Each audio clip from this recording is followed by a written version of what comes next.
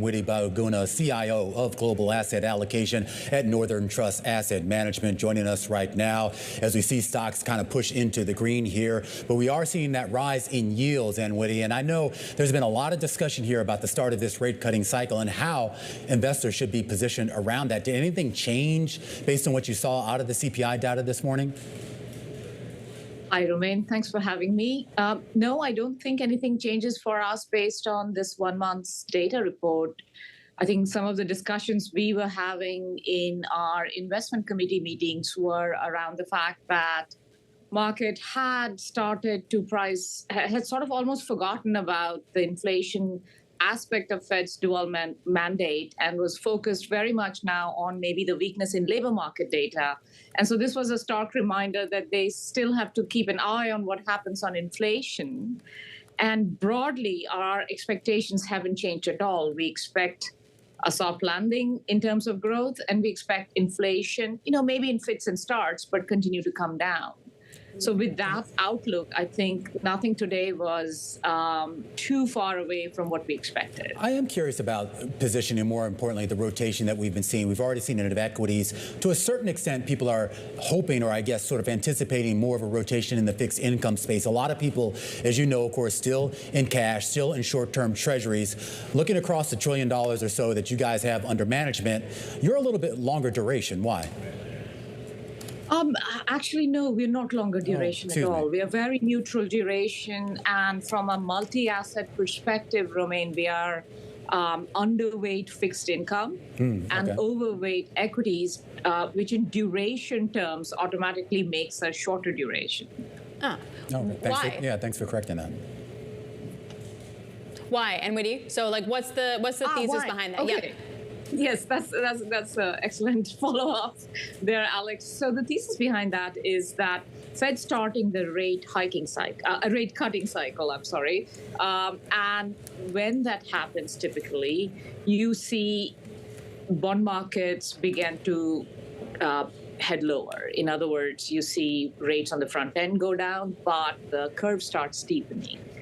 And equity markets initially are a bit volatile, but they end up normally doing quite well 6 to 12 months out of there. So it wasn't particularly that we disliked duration a lot or liked duration a lot. It was more of the fact that we kind of liked equities and what it implied for returns for the equity component of a multi-asset portfolio, which was a lot more attractive to us. And that naturally led to underweighting bonds, which ended up being short duration. And Anwiti, for that, is that just a broad sort of index level call, or are the sectors, if you expect a soft landing, like small caps or the cyclicals, like financials or energy that have gotten really beaten up, are those the right kind of bets, or do you need to stick with the broader tech?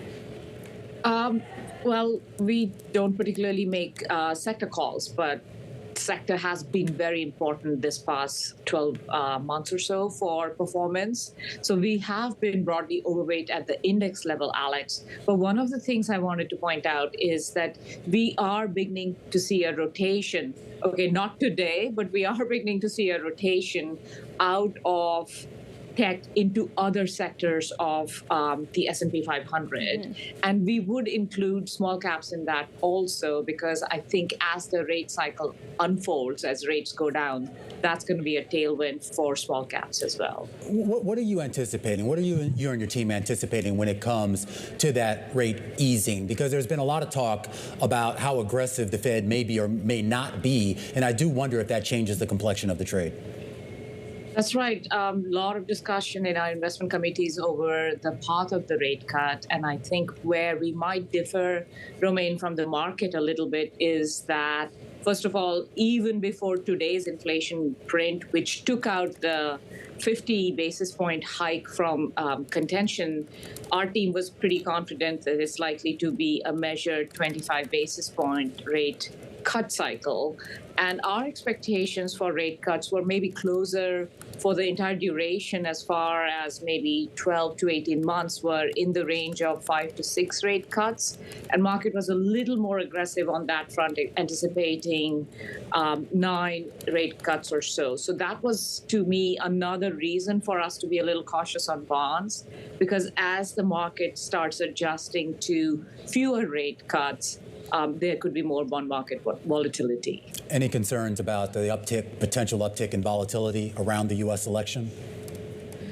That is likely to happen. So we debated that also a lot, Romain. We think about, should we be doing anything in client portfolios in anticipation of the volatility that may be a September and November event? In other words, for 2 months, we may see rate volatility pick up, we may see equity vol pick up, but typically our clients are invested with at least a 12-month horizon, and we advocate a 6-month outlook. And once this election noise is behind us, typically equity markets do quite well.